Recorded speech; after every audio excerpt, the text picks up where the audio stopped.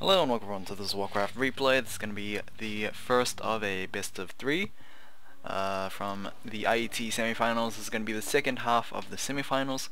This is going to be featuring Tho spawning in as the red human player on top left, and we'll be having Fly 100% as the blue orc player on the top right. The map is on Echo Isles, and we've had a couple of pretty long games in this particular map actually. I mean, the one we just had in the previous series, which was Yumiko vs. Dead, I think that was probably one of the longest games I have casted in a while. Yeah, it was very, I guess you could call it very close. So yeah, I'm just trying to spend as much time as possible in the opening minutes because there's generally nothing to talk about. I could probably talk about these two players. Obviously Yumiko, if you haven't watched the series, Yumiko has passed through to the final series, hopefully versing either Tho or Fly. Yeah, but anyway, let's just recap. Actually, I'll recap on the finals. It's like there's no point doing it on the second semifinal. So anyway, Fly is going to get himself that Blade Master first. Pretty much the tried and true hero that we see from orcs nowadays. It's even rare to see even Farseers or Turan Chieftains first coming out from orcs, just because that the Blade Master is just so good. That, you know, why would you play a gimmicky chainwave strategy if you can just go for that solid Blade Master? Anyway, Tho going for an Archmage first, which I guess you can't really apply the same comments that I just spoke about for the Archmage, because, or for the human player, because humans have more flexibility, I guess. I mean, Mountain King first is something we have seen, especially in the previous series, I think. As far as I remember, yeah, pretty much the previous series, Mountain King first, a very strong, like, solid lockdown hero. And we even have, like, Beastmaster first. Don't know why, but, you know, that just happens sometimes. Archmage first, however it is going to be, and, I mean, he doesn't have Brilliance Aura, so it is most likely going to be that Water Elemental. But of course, Blizzard may be a consideration, but it is Tho.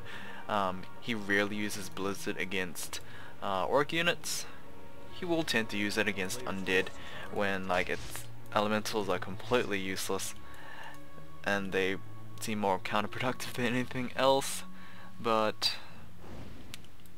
yeah, anyway, back to this game. I'm getting off topic a little bit. Nearly level 1 with Tho's Archmage, which is something to point out because usually human players start with this mercenary camp, but he did gain level 2 thanks to the long distance creeping, and he just brought like 4 militia over, so it didn't tax him too much. And of course his footmen are just in the front line, not bothering with creeping. Instead they are trying to just harass Fly, and if he can get that Voodoo Lounge, it will kind of delay the significance of that Blade Master. We did see before, like a couple minutes ago, oh, forgot to change mouse, but anyway, as I was saying, as we saw a couple minutes ago, the Blade Master did sell his initial items. I would assume, yeah, he did take down the Ogre Warrior over there, so he sold both his TP and whatever item he picked up. It was most likely not a claw, that's why he sold it, so yeah. But yeah, without that Voodoo Lounge, he won't be able to get his salves, he won't be able to get maybe a speed scroll if needed. Boots of Speed has been picked up. I'm surprised we didn't see a circlet being purchased as well, but I mean, that's just Fly's choice. He is sitting on quite a bit of gold, and I mean, he's just saving that probably just for his 2 salves. Salves don't exactly cost that much. I think it's like 100 apiece, so maybe it does cost a lot. But anyway, Fly is, or has completed tier 2. We are going to be seeing a Shadow Hunter coming out, and speaking of the Beastmaster a couple minutes ago, we are going to see Keep Tech coming in from Tho as well, and he is going to be utilizing a Beastmaster as his second hero. Archmage did take quite a beating from the Blade Master. Fortunately enough, Blade Master doesn't offer any stuns, able to just TP out without any problems. Beastmaster is going to provide a lot of just straight up power thanks to summoning these cool beasts, although not the best against those grunts. I mean, cool beasts are more versatile, I guess, than, well, I guess they're as versatile as water elementals. The elementals are probably a little better in terms of health and damage, but I mean, it's all the same. It's best if you have both anyway. Hex has been learnt as the first ability for the Shadow Hunter. It's going to last a fairly long time against those average units like the Footman. Archmage, he is still healing up back at his base. Actually, he does not have an Arcane Vault to heal up with. Tho's actually waiting on Priests. Meanwhile, his Beastmaster is trying to do work. However, I mean, there's a fair amount of grunts. Battle stations also being used to deal with them as well. But it does look like Fly's infrastructure is finally going to get back into gear, I guess, or at least just start getting into gear. I don't think it's ever looked like it was going to start. Voodoo Lounge nearly completed as well. Sparrow Lodge, Bestiary, pretty much the standard we see. Oh, and then we have a Hex coming in on Tho's Archmage. It is level 2 and will be taken down. Level 2 doesn't mean it's a huge loss. It's not that expensive to try and recruit or revive back that hero, but it is unfortunate that he did get picked off. Very nicely done from Fly, actually, taking advantage of the low hit point Archmage. Although it did cost a little bit of gold, it will pretty much solve Tho's issue of like having a low hit point hero anyway. And surprisingly enough, we have a 4-man surround on the Beastmaster. It does look like the Beastmaster will be killed off. Even the Troll Headhunter won't even be taken down. That's kind of unfortunate. Quillbeast was able to get the final hit off on the Headhunter. However, there were no heroes for those, so there's no experience gained. We do have the Magic Sentry upgrade, as well as the Adept training for sorceresses. There's just so many to actually talk about now. Kodo Beast is now being trained up. We have a Troll Headhunter.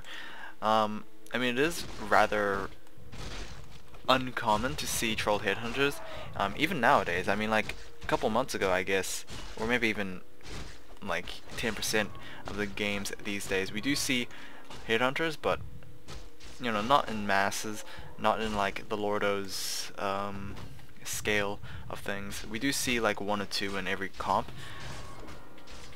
That's probably just to like provide range support, maybe counteract those unarmored casters, but it is really ambiguous seeing like only 1 or 2 Headhunters in an army comp. We do have the Blade Master reaching level 3 now. There is another Troll Headhunter easily benefiting off the Warsong Battle Drums from the Kodo Beast. Invisibility will be utilized to try and keep as many units alive as possible. Priests are doing a very nice job healing up the low hit point Sorceress. The Blade Master is going to just consume his final stack of his healing salve. More Spirit Walkers now beginning production. I don't think we have a single one. And Tho has begun his tower play right here. Even Raiders being queued up. No more Troll Headhunters like I have said. And a bit of a delayed tower aggression right here, but it does make sense with the magic sentries and all that. Just counteracting the Blade Master, seeing wherever he is. I mean, even the scout towers have the magic sentry ability, so even if towers haven't been upgraded to any of the combat ones, they will be able to see the Blade Master in his invisibility form. We have the first Raider coming out. They don't really do that much against guard towers because they are heavy armor, I believe. But oh well, they're like core units to begin with anyway. Beastmaster is going to try and deal with this. Slows are heavily hindering the Orc army right now, and this is generally like, God, I miss this like so much, or at least I haven't seen this in a fair amount of time. I don't remember if my recent Human vs Orc had this kind of army composition, but like mass sources, this is generally how to counter, or at least just severely reduce your opponent's damage. Just slow the entire army. Of course, this is what Spirit Walkers are here for, with the disenchant and all that. But since disenchant is such a high mana cost ability, it's it's not that great. Of course, Speed Scroll is also being used as well to try and counteract that, but that does cost gold. That does cost things to buy. Either way, more sources being taken down. It's not like the damage is completely worn off. I mean, the Beast Blade Master is still pretty much a beast in trying to just dish out damage as much as possible.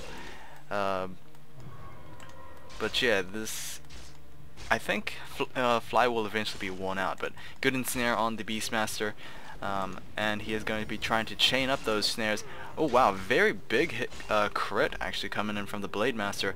Beastmaster is going to be taken down for a second time, although it did look good. It did look kind of good for it though. That's his third hero death. That's, yeah, you don't want to be constantly doing that.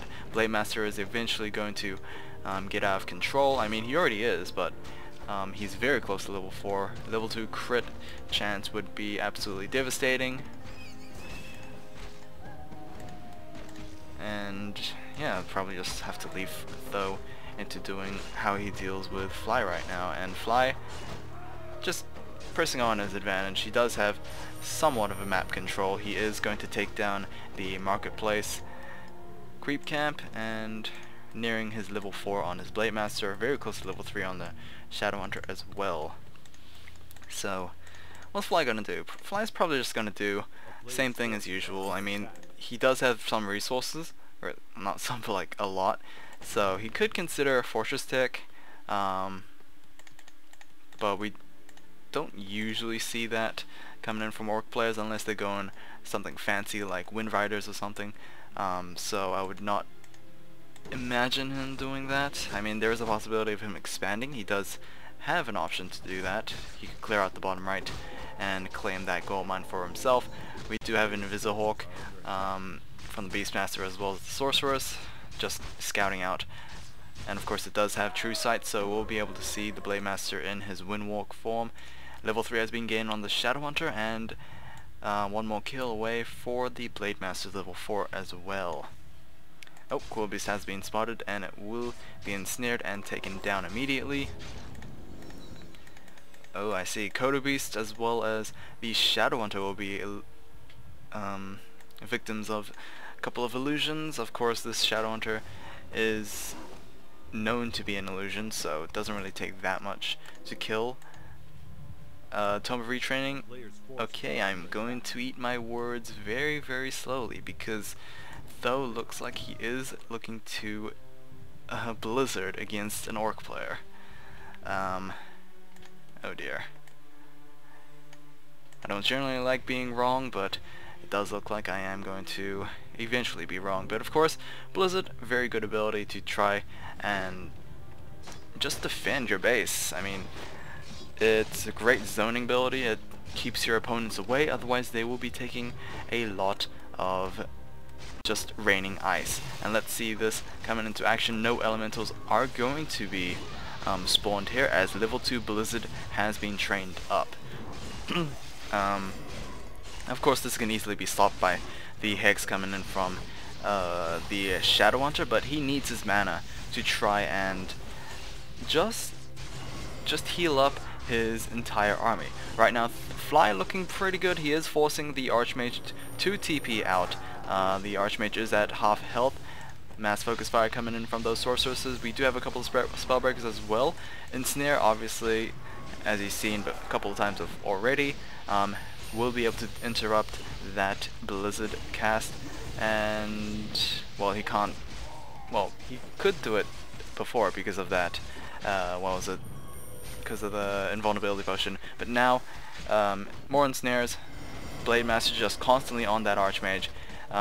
Nicely done from Fly, actually, picking up a Dust of Appearance, able to just spot that Archmage as soon as the invisibility has been cast. I mean, it's a great adaptation coming in from Fly. I mean, he's constantly had units run away from him because of the invisibility, so he's had enough of that. But as you can see, the Blade Master has taken a lot of damage from these sorceresses. Priests don't do that much, I don't think, but sorceresses do more damage. Spellbreakers obviously do way more compared to those two, but Blade Master ultimately has been taken down. Level 4 has been gained for the Beastmaster, but he did get taken down as well. That is the 5th hero being killed off for Tho. That's not good, but he did deal with the Blade Master as well. However, there is still this troublesome Shadow Hunter, but before the Beastmaster was killed off, he was able to summon a Thunderhawk. It will be able to do an incredible amount of damage against the Orc army, unless those raiders do, finally decide to ensnare that Hawk and just completely make it irrelevant. It's not going to happen. Fly's just on full retreat. He's actually going to ensnare a Frenzy Beast instead. Fly might lose his Kodo Beast, and Fly might... Oh no, he digested the Spellbreaker. So he did lose the Kodo Beast, but he was able to kill off a Breaker instead, we might have a Tavern Revival for the Beastmaster. The Archmage is being revived through the altar. So quite a big turnaround. Fly looking way ahead. He does have not that much gold anymore, but his army is still in transit from running away and might be picked off. The Beastmaster did get Tavern revived, didn't get healed fully by those priests, but his presence right now is just more there for looking scary, I guess. Because right now Fly, I don't think he can deal with like Tho's current army right now. Just the slow is really annoying, I guess, to deal with for Fly. The Beastmaster, even if it wasn't there, it would still look pretty good for Tho. But now that he is here, he was able to accumulate mana for the Thunderhawk, and we have seen before how troublesome that unit can be, and it is just doing a lot of damage. Archmage even being revived as well, 100 mana plus on his mana pool thanks to the Altar Revival right now, and he will be able to pressure on Tho, who, as a matter of fact, looked like he was behind for a very long time. He's once again on the aggressive. Thunderhawk will be taken down kind of quickly, but there we go with the Blizzard once again. Yeah. Army supply of 34 versus 50. This has completely turned around. Fly's production, I guess it kind of just was non-existent, I guess. I have no idea why, or at least where Fly's additional reinforcements are. I mean, these are pretty much the remnants of the previous assault right now, but we have no idea where the new units are. I mean, 2 Raiders, 2 Spirit Walkers, obviously some were killed off along the way here, but surely this must not be all of it. Blade Master is going to try and put this on his shoulders. Blizzard kind of damaging the Beastmaster a little bit. Thunderhawk once again being taken down. This is not looking good for Fly. Battle stations has kind of been utilized, but we don't have that many peons either. I do believe most of them were killed off during the siege from before, so that all-in kind of siege pretty much costed Fly the game, I think. I mean, the fact that he lost his Blade Master as well, he lost it now again. GG from Fly. That is going to be a game turned around. I was actually very surprised that happened. But yeah, that's that.